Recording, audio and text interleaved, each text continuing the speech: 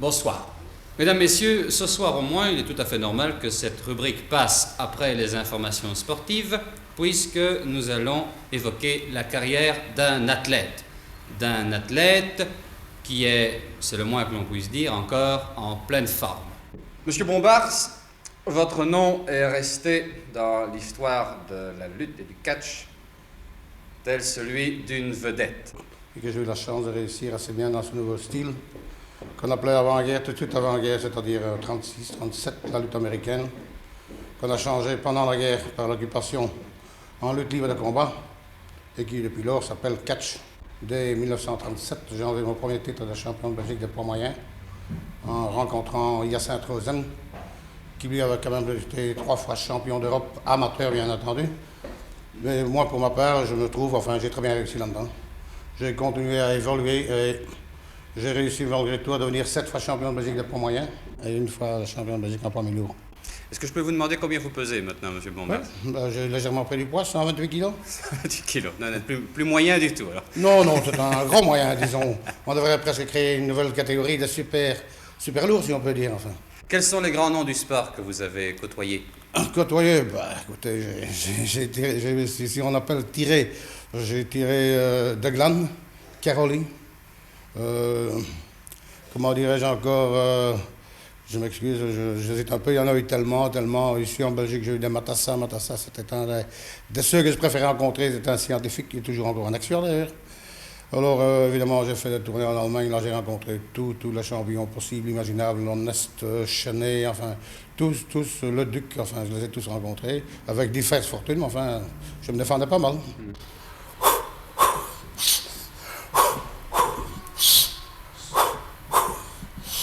Quand vous dites que c'était un scientifique en lutte libre, qu'est-ce que ça représente? Oui, c'est ce que nous appelons, le public appelle en général un beau. C'est-à-dire qu'un beau, c'est le travailleur, celui qui fait du travail de lutte, si on peut, du travail de catch proprement dit, tandis qu'un méchant, celui-là, évidemment, c'est l'antipathique, c'est lui qui est presque obligé à faire jouer son rôle, si on peut dire, pour faire, comment dirais-je, faire mousser le public. Ce que le public veut en voir, il veut voir du beau, il veut voir évidemment toujours la victoire du meilleur, c'est bien la fin de tout, mais il veut quand même voir quelque chose, il veut en voir pour son argent, alors on est obligé, quand on sent qu'un match ne perd pas, il faut faire une irrégularité quelconque pour essayer donc de faire partir le match. Monsieur Bombars, au cours de votre carrière, est-ce qu'il vous est arrivé d'avoir des accidents? Oui, disons quelques côtes de soleil, 1 ou 2 cassés. Un très mauvais souvenir de 1951 à Nord. J'ai été précipité hors du ring. J'ai eu la malchance de rester accroché dans un des tendeurs. La pointe, j'ai eu la jambe arrachée sur 7-8 cm.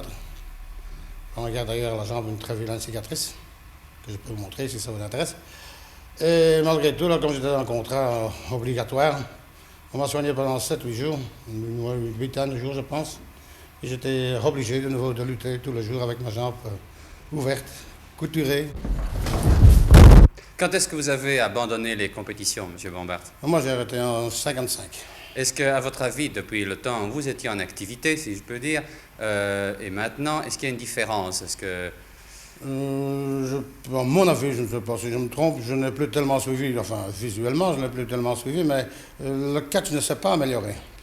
C'est-à-dire qu'ils l'ont perfectionné dans un sens, si on veut, selon le point de vue. Ils l'ont fait plus attractif. Ils ont été chercher des hommes masqués, je ne sais pas, il y en a tellement, je ne peux pas citer l'un plus que l'autre, des bourreaux de ci, des bourreaux de ça. Je ne vois pas, c'est peut-être un intérêt pour le public, mais je ne pense pas que ce soit vraiment un intérêt pour un intérêt sportif.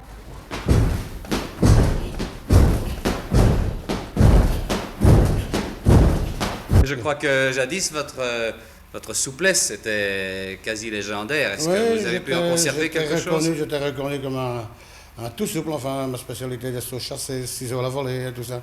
Ce serait très difficile encore de le faire maintenant, mais à l'époque, ça marchait très bien. Par exemple, je me rappelle quand j'ai rencontré Kivi, un Bruxellois aussi d'1m92, et puis je lui dis comme ça, j'ai dit attention, pour faire du travail un peu convenable, j'ai dit attention, parce que quand je vais sauter, oh, il dit, tu sais, toi, je suis pas beaucoup trop grand, je dis bon, ça va, moi ça m'est égal. Flanc, les 2 pieds dans la figure, mon Kivi qui était pas trop mal, était évidemment bien arrangé, les 2 pieds lui étaient arrivés à 2 mètres de hauteur.